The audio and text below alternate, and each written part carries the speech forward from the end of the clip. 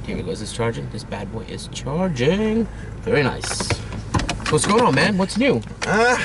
You know, screaming at Kenji while it's seeing problems pop up, and it's just can't help but get like this close to launch. I know. Yeah, I know. We're 3 days away from launch. We are, aren't we?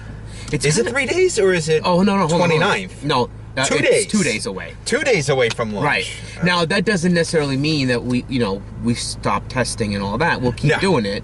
But I gotta say, right, for an MVP, this is way bigger than I was expecting. I think it is, right? And I think if we can just work out we can work out the last bit of bugs before it drops on the 29th. I think we'll be in good shape. Yeah, and I think we got to start getting the content on board. Yes, for sure. So next weekend we'll have some good stuff. John's going, like I was saying, John was going to go to Vegas next week. Sorry, the following weekend. Yep. So he said he was going to get a bunch of content for us.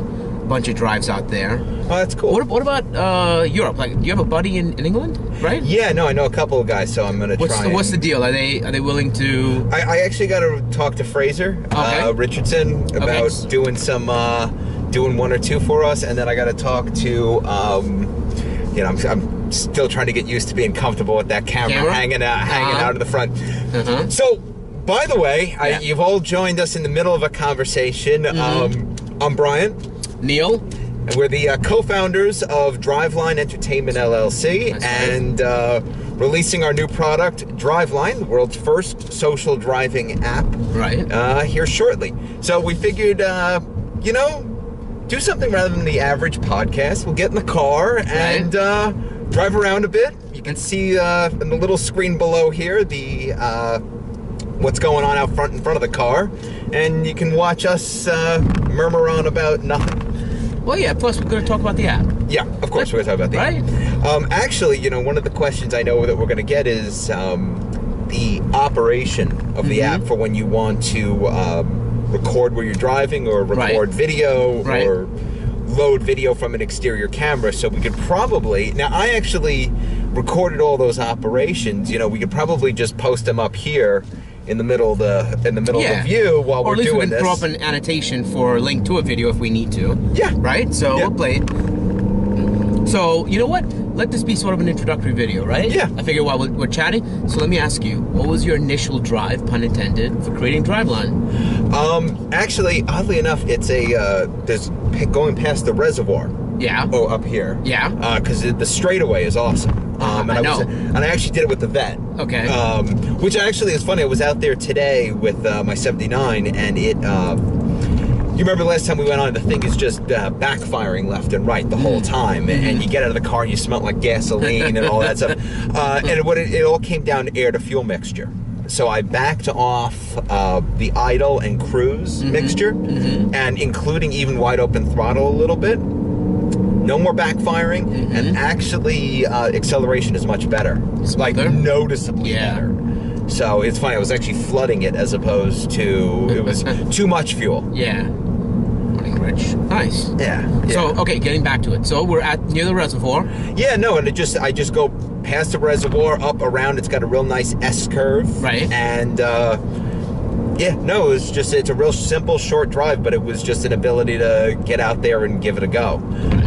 The other one that I recorded, probably the second one, and I think that's the first one on the network, is actually I got stuck in traffic on the Merritt, headed home, and decided to cut through backcountry Greenwich to get all the way back to the house. And I got like a real long 25-minute drive out of it. It was nice. So that was the impetus for starting the app, right? Yeah, I think so. I think so. Well, I mean, the impetus for starting the app was I moved here and I had no idea where the good driving roads were. And we were talking about this. You move somewhere new, and you just want to do something different, right? And you kind of say, "Where am I gonna find something good?" And turns out the easiest way to do it is to just you could ask somebody and they can point you in the direction. Yeah. But why not?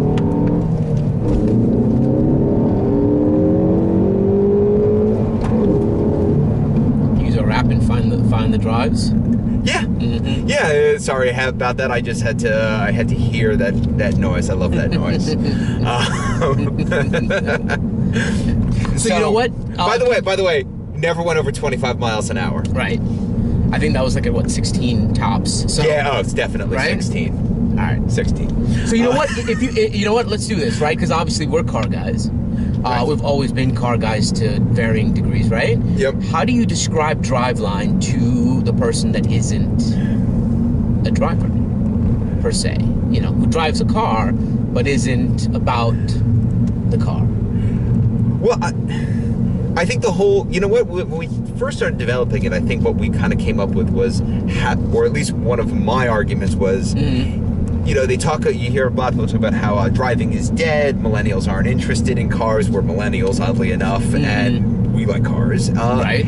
And I always kind of contended one of two things. If you didn't like driving, you either have never tried to do it for fun and entertainment, or B, you've never had a car worth driving. And I, oddly enough, am fully in belief that crappy, slow cars can be fun.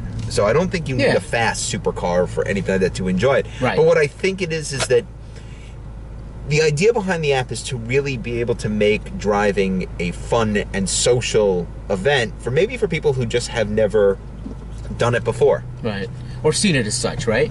Here's where I was coming into it, right? Obviously, at this point, you know, I've gone through a number of cars since I was young. I think we all have, right? Yep. And we've all had great cars. We've all had shitty cars. We've all had beaters, right? It varies.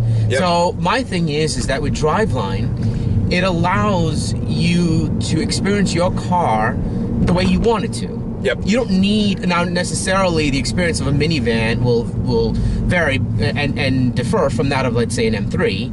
But the point is, you can still drive that car. You can get an experience out of it. You can learn the area that you're in, right? Find the best roads to drive on and have fun. And you can make a community experience. Yeah, exactly, right? That's the whole point of it. And hopefully you learn from, you know, your experiences and you get better. Yep. Right? And then you grow with the community. So go ahead. You know what? Hey, why don't you take out your phone? Let's do a little mapping while we're at mapping? Yeah, let's map some course here. And actually, I know exactly where we're going to go next. So it's actually a good little road. Where are we going, by the way? We're going to go up towards. Yeah, I think I was telling you about this. It's actually a fairly narrow little road here. Right. And nice and steep, lots of turns, Nice. little hill climb. You know I love the hill climbs. So, there are a couple of ways to use DriveLine, right? There's, you know, you can use it where you just map. Right, no video. No video. Right, but can I add a video to it later? Well, you know, of course we can. Yes. Don't ask the proverbial question. I gotta ask the questions in case somebody's wondering, right? Right. So you can actually, and then the other one is you can use, for those out there who don't have a GoPro and aren't, again, trying to figure out whether they really want to be a driving enthusiast or not, one of the other features that we put on this, that I think it's the only app that does this, that not only does it activate the GPS recording, but you can activate the camera as well on your phone, so you can film out the front of your car while you're driving. Right. And so I think it really opens it up, as opposed to folks who might say, "Oh well, but I don't have a GoPro, or I don't have the necessary equipment to hang the camera off the front of the car." Yeah. Even though I've kind of come to love the $30 cheap knockoff cameras. So when you get into the app, you know, you select Drive. Right. And then if you just want to map where you're going, you hit the start button, and then it just starts recording. It records literally the GPS points, drops breadcrumbs of where you're going. And when you're done, you hit the stop button, or it's not stop, you hit finish. Size the map to the screen. You know, what do you want to capture? Right. That serves as a thumbnail. Yep. You actually hit capture. Right. And then you fill out a few details. What style the drive is. The name of the drive. You name it, and you're done. Yep. You hit save, and that's it. You go on to the next one. And you could share it out if you want to at that point. Correct. Absolutely. You could share it on Twitter or Facebook, any of those fun places. Right. Correct. The second option, also pretty easy, is I want to map, but I also want to use the video from my phone, right? So, right. This was at Frogtown. Frogtown Road. So, mapping with video from your phone, right? You just hit the start button, ask you if you want a video. Yes, I do. Okay, great. The camera turns on, you hit the record button, put your camera in position. You record as long as you want. At the end of your drive, you hit stop, you hit finish, fill out all the information. Again, you're gonna put the name of the drive, the style, hit save. It then asks you, do you want to add the video now or later? I personally always add later because I'd much rather do it at home with a beer and Wi-Fi. But you can load it on the spot. Yeah. Here's the thing: you can't load a 10-hour video. What we do is we give you a little clipping tool, and it lets you load the best 3 minutes or less. Right. Of the video. Of the drive right to the network. Correct. And you also get that video also ends up on DriveLine app TV on YouTube. Right. That's the landing zone for the videos. Yep. Now, that doesn't mean you can't share it out to your own social networks. Right, or you just save it on your own phone. Or save it on your own library, your own library. Right. So, let's talk about the last option, which is loading video from an exterior camera. Right. Right, so this is actually kind of interesting, right? So you would actually go through the process of mapping as if you weren't going to ever add video, right? You go on, you start it up, maps out, and then when you're done, all you have to do is load the video to your iLibrary from whatever exterior camera you're running.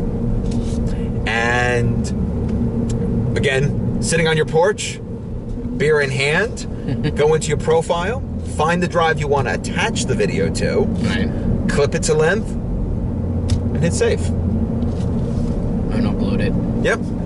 Now, we do also have notifications, which I think is awesome. Yeah, you're going to get if it go 2 hours without loading, hold on. This is why I came down here.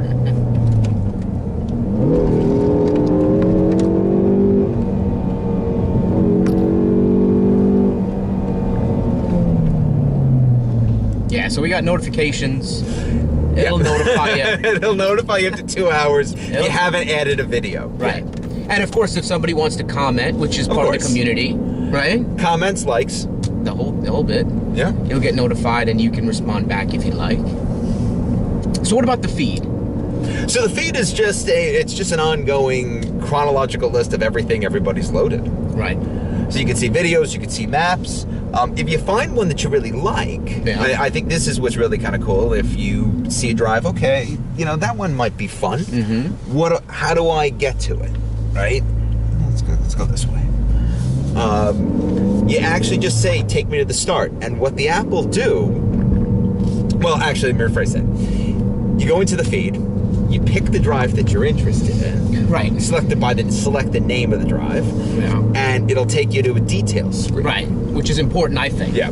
Oh, yeah, no, because it tells you a little bit about the style. It tells you a little bit about the distance. Yeah. And it also tells you at the top, right there, how long to the start. Right. Because we are international. Yes. So I think there are a few drives that have already been posted. Well, not just international, even in the contiguous states. I was in Indiana and it was telling me a drive was 6 hours away. Right. So if I really wanted to get there, I could, So it's not going to stop me and tell me, Well, we have a few in the Philippines already, so... There you go. Yeah, so unless you also have a boat, you may want to skip on that one. Yeah, so you do get the details, which I think is great. You get, the length of it, you get the details about the map, and of course you get three options, main options. You can discuss the track, or the drive rather, excuse me. You can discuss the drive.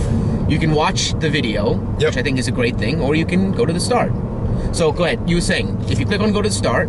Right. It'll actually give you a nice little red line that you can just follow right to the starting point of the drive, which is really convenient and easy. And right. Actually, I want to drive that road back there. It's Skyview. By the way, are you mapping? Or? No, we were just chatting, so no, we're not mapping. Well, I wanted to. Well, I've been down that. I've already mapped that road. We're going to do it again, man. There's no problem.